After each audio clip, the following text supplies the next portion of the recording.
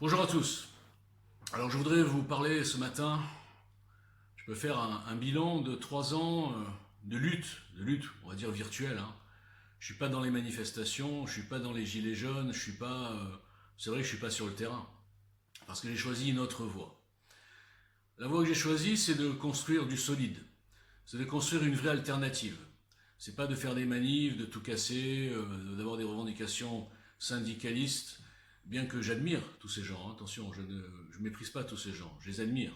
C'est très courageux, c'est tenace. Tous les gilets jaunes qui ont galéré avec en face des espèces de vendus qui n'ont pas compris qu'ils bossaient pour des escrocs. Je parle de nos forces de l'ordre. Donc moi j'ai choisi un autre chemin. Notre chemin qui est moins voyant, hein. C'est sûr qu'on ne verra pas EGL à la télé, on ne verra pas arriver sur un plateau en disant les riches sont méchants, les pauvres sont gentils, les retraites, machin, les pouvoirs d'achat, etc. Mon combat, même s'il est un petit peu boycotté pour l'instant, est tout autre. Mon combat, c'est un vrai combat pour un changement de système. Vous savez, le système n'a pas peur des gilets jaunes. Posez-vous juste une question. La France est restée un mois à feu et à sang pour qu'enfin le petit tocard là, le petit Jupiter est arrivé, a fait semblant de faire des cadeaux. Vous vous rappelez les mesures, machin, etc. Vous vous rendez compte, j'ai lâché, j'ai lâché, il a rien lâché, bon, bref. J'ai lâché 10 milliards. Pour rappel, il y a 5 milliards qui étaient juste des mesures qui étaient prévues qu'il a annulées. Donc, bon. 10 milliards, la France à feu et à sang. Ok. Là, comme par hasard, 110 milliards qui tombent du ciel. Bon, on va pas rentrer dans les débats budgétaires, on en parlera plus tard. Mais ce que je veux vous dire, messieurs, dames, mes chers concitoyens, c'est que il a été beaucoup plus facile, d'écrire un programme incassable, d'écrire des mesures toutes simples qui changent la République, de faire des analyses de tous ordres, avant-gardistes, on peut le dire, puisque tout ce que Onfray, Charles Gave, Aberkan, enfin tous ceux qui essaient de créer des choses hors parti politique, ils ne font que suivre sans le savoir, ils ne connaissent pas. Le plan écrit par OGL depuis 2017, par un inconnu dans son salon. Donc il était plus facile de faire tout ça, et même de résister à toutes les campagnes de diffamation, les insultes, les menaces, les pressions que j'ai subies. On se demande à quel point le système est fragile, et même les partis, et même le premier parti de France, pour s'être acharné de la sorte face à un type que personne ne connaît, face à un type qui n'est jamais passé à la télé, ni dans aucune radio, ni même un article, un entrefilé du Creuse Matin, oui, le journal le plus inconnu de France. Non, ostracisation complète. En revanche, on voit beaucoup de gens qui passent sur des plateaux que les médias invitent, souvent des gilets jaunes, des camionneurs qui étaient, bon, j'ai rien contre les camionneurs, mais je veux pas là que 3 jours avant, le type, il savait pas du tout qu'il allait être leader politique, ou des révolutionnaires envoyés spéciaux de France Insoumise. Alors oui, c'est vrai qu'il y en a certains qui ont perdu un œil, ça leur donne une légitimité dans le combat, mais certainement pas une légitimité dans ce que doit devenir la France. Je parle de Jérôme Rodriguez.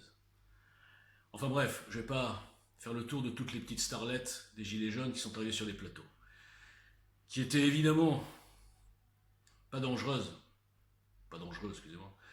Ils sont absolument pas dangereux pour le système. C'est pour ça que les médias les invitent. Je vais même vous dire mieux ce que je pense.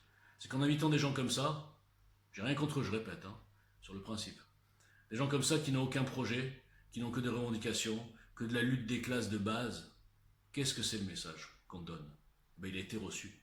Il y a beaucoup de Français qui se disent non, on veut pas de ces gens, qu'est-ce que c'est, ils sont pas compétents, machin, le peuple. Et d'un coup, les gens se sont éloignés des mouvements citoyens parce qu'ils pensaient qu'il n'y avait que cette sorte de mouvement citoyen. Moi, j'essaie de faire quelque chose de différent. Et heureusement, maintenant, je commence à être rejoint, ça commence à se structurer. Il y a des gens qui commencent enfin à comprendre mon message. EGL, c'est quoi? EGL, c'est la majorité silencieuse. La majorité restée trop longtemps silencieuse, qui se réveille.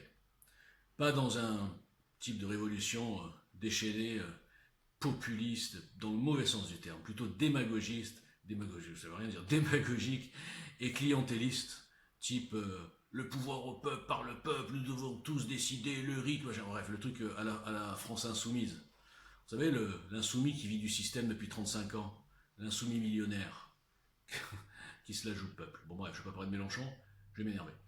Donc tout ça pour vous dire que ce qu'il est ce qui est encore plus dur que de faire tout ce que j'ai essayé de faire, avec les gens qui sont là depuis le début, il y en a certains quand même fidèles, ils n'ont pas tous fui.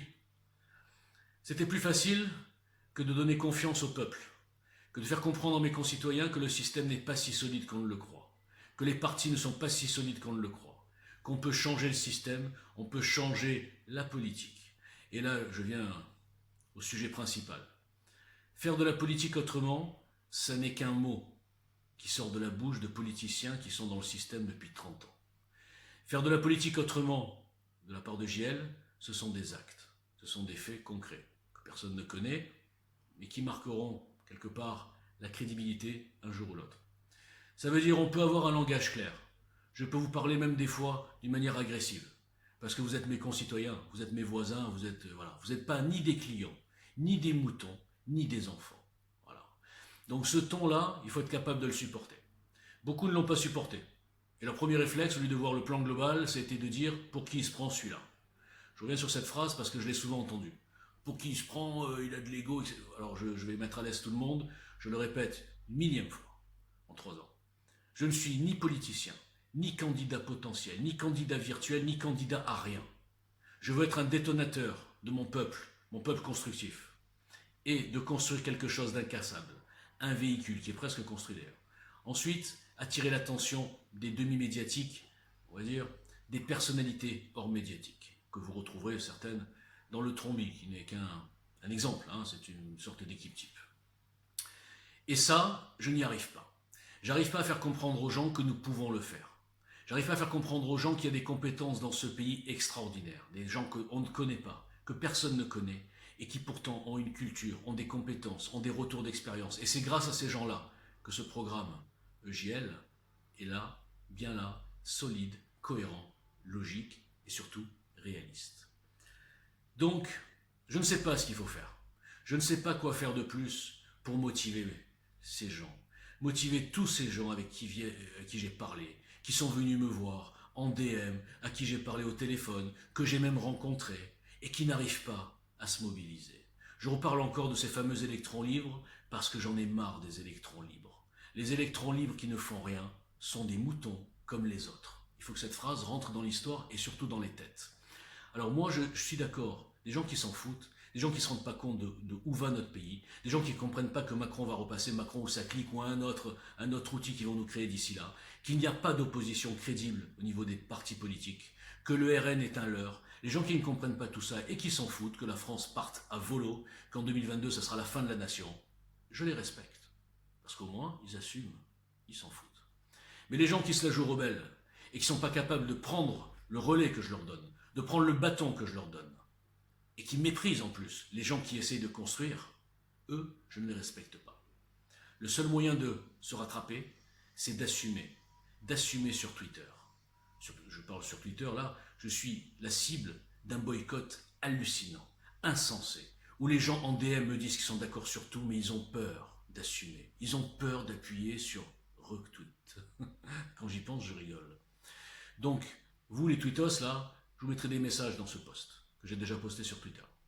Et vous les Facebookos, puisque malheureusement, EJL n'a que 2 champs de bataille virtuels, malheureusement, c'est Facebook et Twitter.